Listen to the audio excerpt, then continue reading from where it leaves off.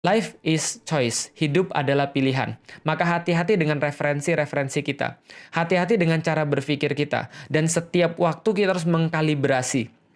Mengkalibrasi apa? Mengkalibrasi apa yang kita lakukan sesuai nggak dengan apa yang menjadi tujuan kita. Itu seperti apa yang kita ingin capai, nyambung nggak dengan pengorbanan dan apa yang sudah kita lakukan. Kita kalibrasi terus. Ibarat pesawat, teman-teman sekalian. Pesawat itu ketika dia jalan, pesawat itu nggak akan bisa mandek pada satu titik di mana dia akan pasti nyampe. Nggak. Dia jalan dengan satu tujuan, dengan satu arah, tapi di tengah-tengah jalan, angin itu akan membuatnya jadi kacau. Membuat dia jadi oleng, membuat dia jadi miring daripada tujuan dia. Maka setiap waktu, pilot itu katanya harus mengkalibrasi. Oke, ditiup angin, kalibrasi lagi. Ditiup angin lagi, kalibrasi lagi. Ditiup angin lagi, kalibrasi lagi. Setiap waktu dia harus kalibrasi. Supaya kenapa? Supaya dia tidak kehilangan arah. Kehidupan manusia juga sama. Maka itulah, alhamdulillah, dari awal saya sudah sampaikan.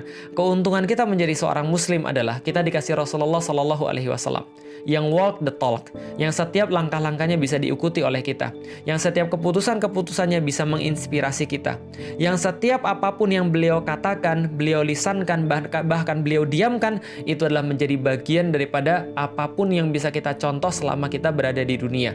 Dan itu semua lengkap, semua tersedia, tinggal kita mau belajar atau tidak. Life is choice. Dan pertanyaan pada hari ini adalah, sudah sejauh mana kehidupan kita itu sesuai dengan siapa yang ingin kita tujukan hidup kita, sama seperti dia. Dan pertanyaan yang berikutnya adalah, apakah justru kehidupan kita sekarang malah jauh? Dan kalau misalnya jauh, apa yang perlu kita lakukan? Pelajari pilihan-pilihan orang-orang yang menjadi goals kita, lalu kemudian sesuaikan semaksimal mungkin apapun yang kita lakukan agar sesuai dengan apapun yang telah dipilih oleh siapapun yang menjadi kita tuju. Kalau itu Rasulullah, maka bacalah sirah Rasul, maka bacalah kisah perjalanan Rasul, maka bacalah setiap episode-episode dan segmen hidup Rasulullah.